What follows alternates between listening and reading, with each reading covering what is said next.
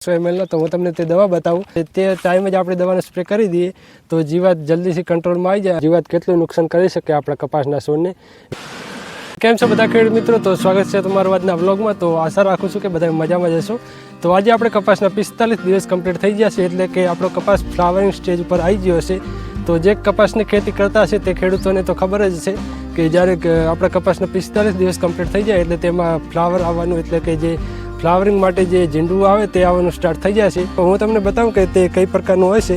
આપણો કપાસ છે અને તમે જુઓ તેમાં હવે ઝીંડવા બેહવાનું પણ સ્ટાર્ટ થઈ ગયું છે. તો તમે જુઓ આ રીતનું તેને કહેવાય, અને આના ઉપર હવે ફૂલ આવશે અને પછી તેમાંથી કેરું બનશે. તો એટલે જ્યારે આ સ્ટેજમાં કપાસ આવે એટલે આપણે એમાં એક દવાનો સ્પ્રે કરવો પડે ફાલને વિકાસની, અને તેને સારી ગ્રોથ થાય તેના માટે.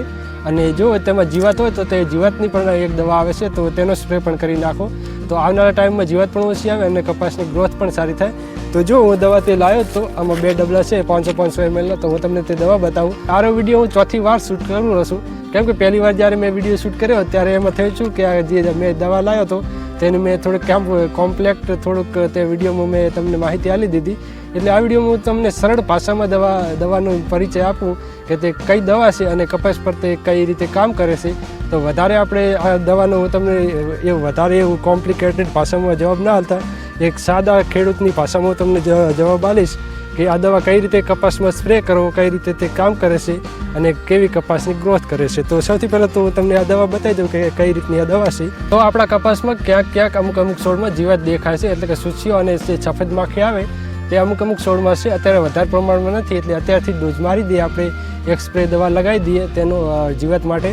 તો જીવાત કંટ્રોલમાં આવી જાય, ન કે વધારે જો જીવાત આવે તો આપણે કપાસમાં પણ વધારે નુકસાન કરી શકે અને તેને આગળ જતાં તકલીફ પણ વધારે, એટલે કે જીવાતનું પ્રમાણ પણ વધી શકે. એટલે જ્યારે જીવાત ઓછી હોય તે જગ્યાએ તે ટાઈમે જ આપણે દવાનો સ્પ્રે કરી દઈએ તો જીવાત જલ્દીથી કંટ્રોલમાં આવી જાય અને કપાસના છોડને પણ બગાડ ના કરે. તો જો આ રીતની કાંઈક તે છે દવા 500 mlનું એસીમો કંપની નામનું આ રીતની કાંઈક દવા છે, અને આ દવા આપણે આમાં સ્પ્રે કરવાનો છે. જો કોન્ટેક્ટ ઇન્સેક્ટિસાઇડ છે, એટલે કે જીવાતના સંપર્કમાં આવી અને જીવાતનો નાશ કરે છે. એમાં આર્યુ એલિમેન્ટ આવે છે બાયફેન 3 ને 2.5%. તો આરી દવા છે ચૂસિયા માટે અને જે સફેદ માખી આવે તેના નાશ માટે. અને બીજી દવા આરી છે, તમે જો કપાસના સારા વિકાસ માટે, સારા ફાલ માટે, અને જે જીંડવા રહ્યા તેની સાઇઝ વધારે છે, તેની ગુણવત્તામાં સારો એવો વધારો કરે છે. હ્યુમ પ્લસ કરીને તેમાં એલિમેન્ટની વાત કરીએ તો જો આ રહેશે તેમાં element humic acid 18%, amino acid 1.4% અને ફોલિક એસિડ છે 2.2%.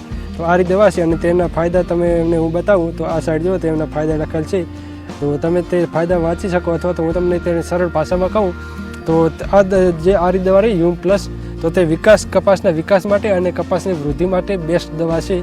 તો જો જે આ જીંડવા રહ્યા તેની સાઇઝ વધારે છે, તેની ગુણવત્તા વધારે છે, અને જ્યારે આના પર ફ્લાવર બેસે એટલે તે ખરે નહીં તેના માટે તેની મજબૂતાઈ પણ વધારે છે. અને આના પછી જે આની ઉપર જે કેરું બેસ છે તેની સાઇઝ પણ સારી વધારે છે અને તેની ગુણવત્તા પણ વધારે છે. અને કપાસના જે ઉપર આ પત્તા રહ્યા તેને પણ ક્લિયર રાખે છે. તેના પર જુઓ અત્યારે તમને પાછળ અહીંયા તો જીવાત નહીં દેખાતી હોય, અમુક છોડમાંથી જ છે, આ છોડમાંથી જીવાત નથી, પરંતુ તે છોડ પણ ઉપરથી તમને બતાવું કે અમુક જે છોડમાં જીવાત આવી તો તે છોડ કઈ રીતનો થઈ ગયો છે. અને સફેદ માખી હું તમને બતાવું તો જુઓ આ રીતે સફેદ માખી, આ માખી તમે જુઓ, આ માખી બહુ જ નુકસાન કરે આપણા કપાસમાં. અહીંયા તમે પત્તું કાઢેલું હશે તો આ માખીએ જ આપણા કપાસનું પત્તું કાઢ્યું છે.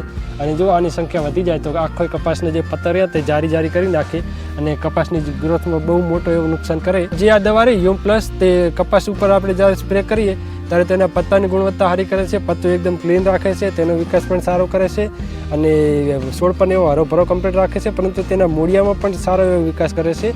અને મૂળિયાનો વિકાસ થાય એટલે કે જે આપણે અંદર ખાતર વાયા તેમાં જે એલિમેન્ટ રહ્યા તે મૂળિયાનો વિકાસ જો સારો થશે તો તેને છોડ તરફ પણ સારી રીતે ખેંચી શકશે.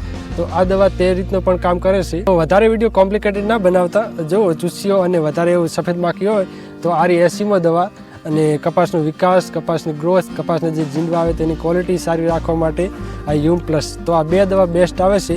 આપણે 2 વર્ષ પહેલાં પણ આપણે જે કપાસની ખેતી કરી હતી ત્યારે મેં આ જ દવા છાંટી હતી અને બેસ્ટ રિઝલ્ટ આવે છે.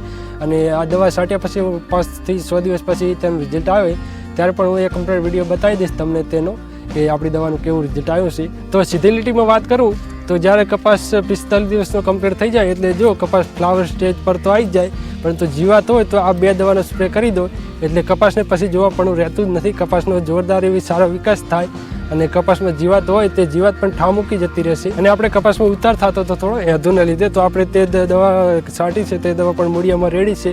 તો તે દવા કઈ રેડી છે તો તે દવાનો વિડીયો પણ મેં કંઈક કમ્પ્લીટ બનાવ્યો છે આપણી આ ચેનલમાંથી છે. તમે ના જોયો તો તેની લિંક હું તમને ડિસ્ક્રિપ્શનમાં આપી દઈશ.